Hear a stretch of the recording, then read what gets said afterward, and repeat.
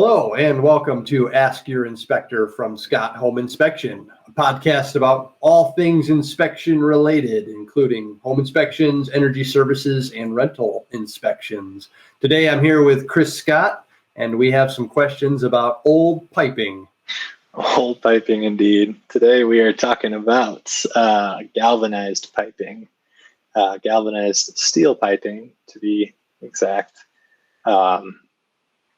This is something we call out in our reports as like kind of a monitor to replace item, kind of in between there.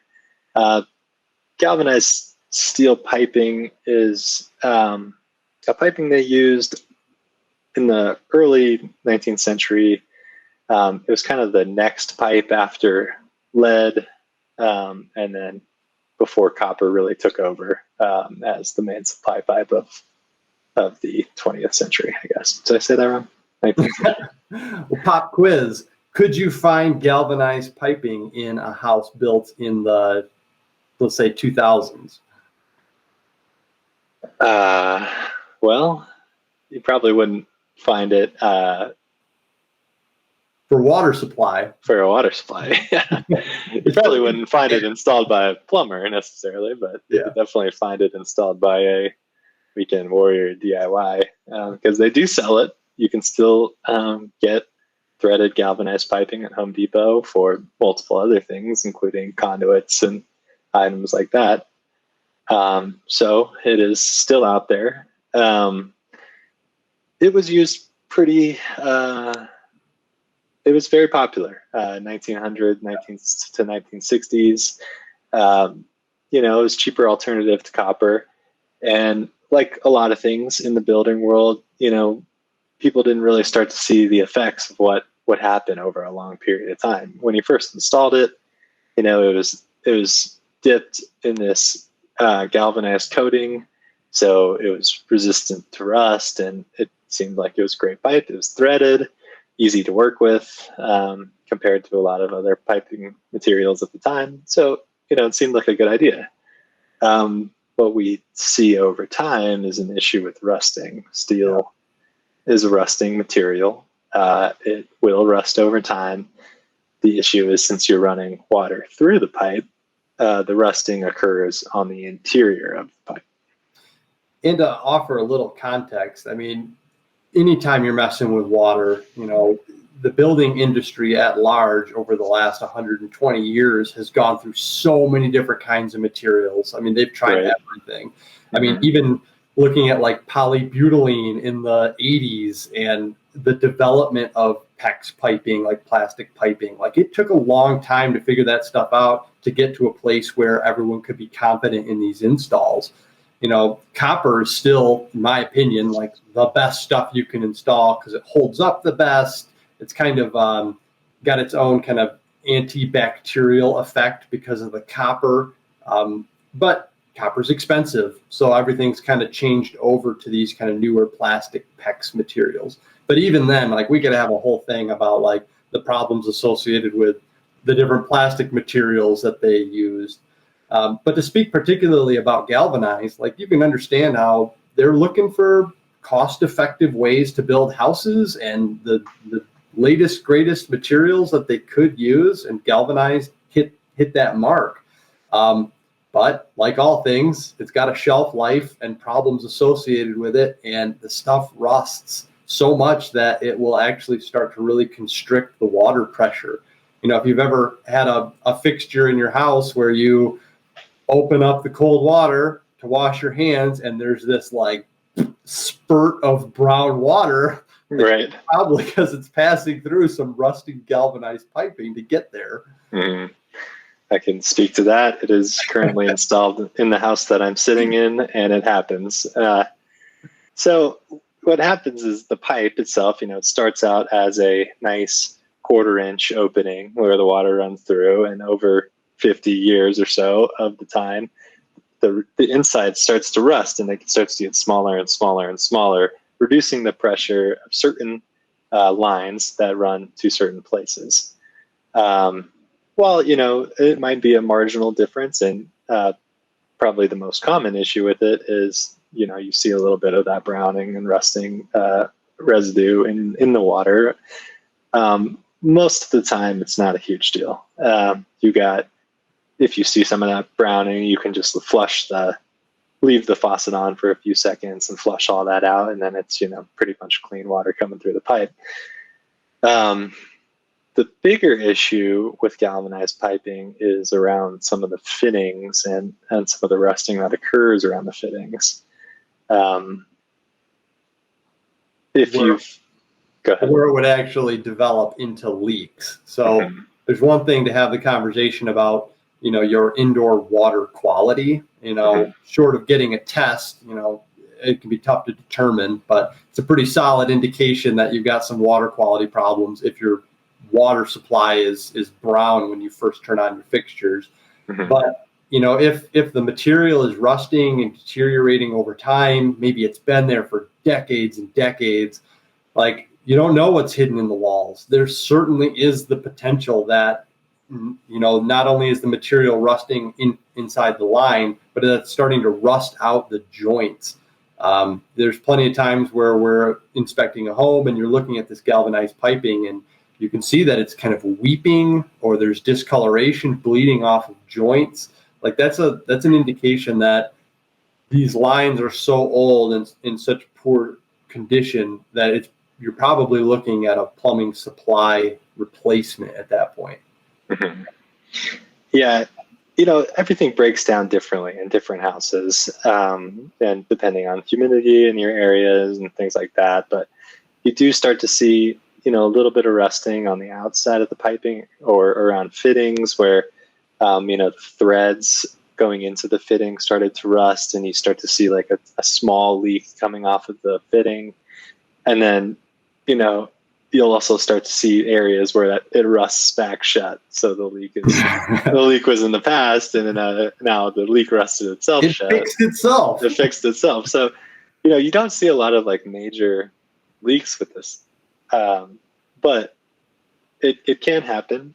And at that point, you just that the material is probably in pretty poor shape on the interior.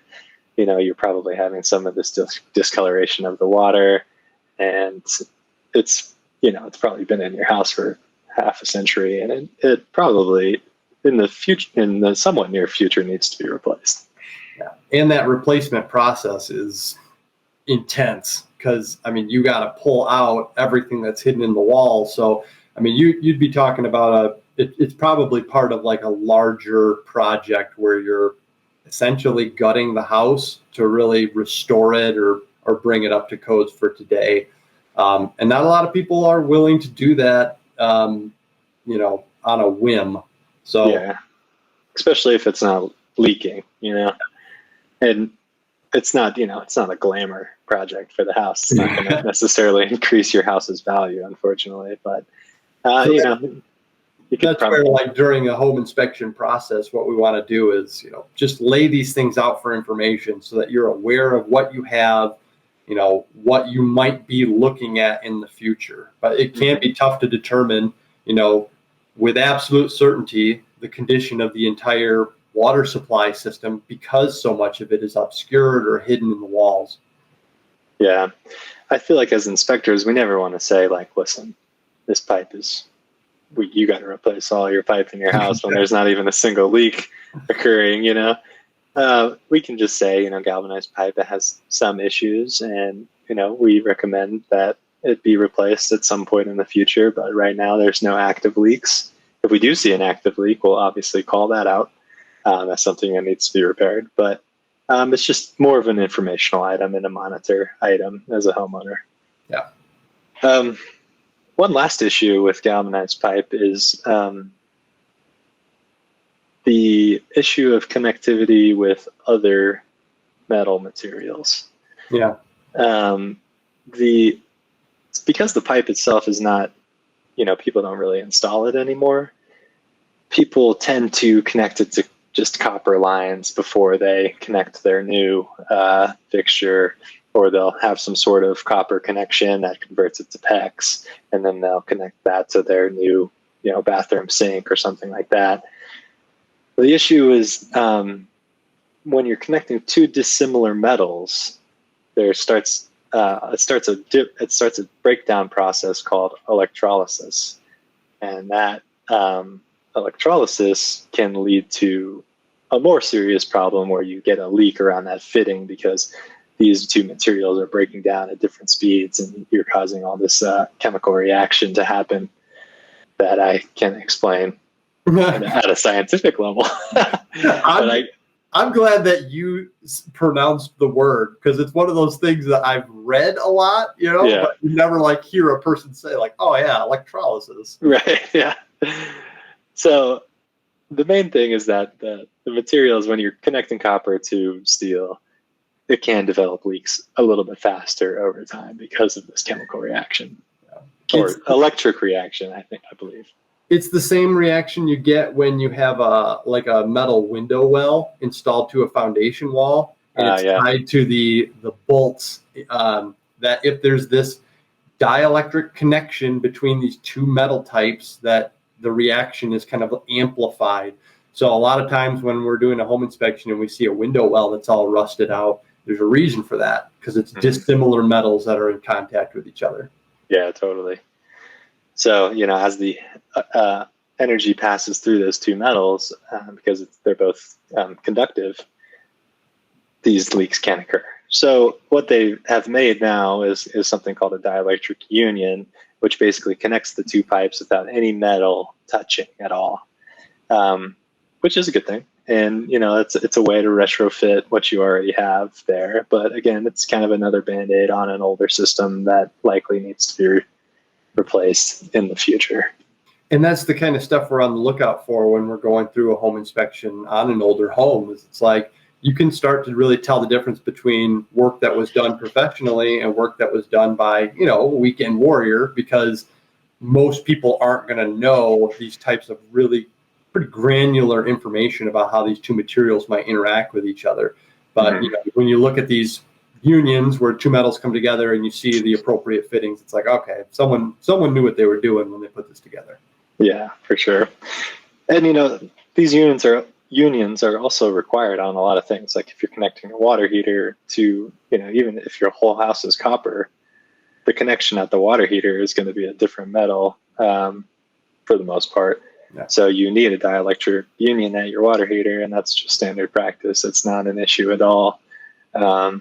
So, there's other use cases for these types of unions. But if we're talking about galvanized piping, this is one of the things we do look out for during our inspections, and it's something you should be aware of if you do have galvanized piping in your house. And to Chris's point too, that you can look at some of these materials and some of these connections and see like what looks like a terrible problem with, like, it looks like it's leaking or bleeding or there's all this corrosion. Like, that's not necessarily like an immediate cause of action and concern. A lot of the times, you're talking about different types of metals connecting to each other, and also the introduction of water and condensation or what do they call that? Sweating on the materials, where things can look pretty gnarly, but not necessarily be indicative of like this huge problem. Absolutely agree. So I think the takeaway is, if you're buying a house or if you have a house with galvanized piping, be on the lookout for some of these problems. Know that it is an older material that was likely installed quite a long time ago, and keep an eye out for an opportunity in which you could replace some of it or all of it. Just a quick, easy thing. Yeah. Yeah. The funny thing is, my house, I have it here, and the house is not that big. It would probably take less than 100 feet of PEX to replace all the galvanized piping in the house. So if you know a little bit about plumbing, you could probably do it yourself. If you're going to get a plumber to do it, it's going to be, quite a bit more, obviously. But, people think there's a ton of plumbing in a house, and a lot of times there's not. And if there's easy access to it, it might be something you do. So, well, I think that wraps up our conversation about galvanized piping. If you have any other questions, you can get a hold of us at info@scotthomeinspection.com. Otherwise, you can visit our website, scotthomeinspection.com, and peruse the other materials we have there.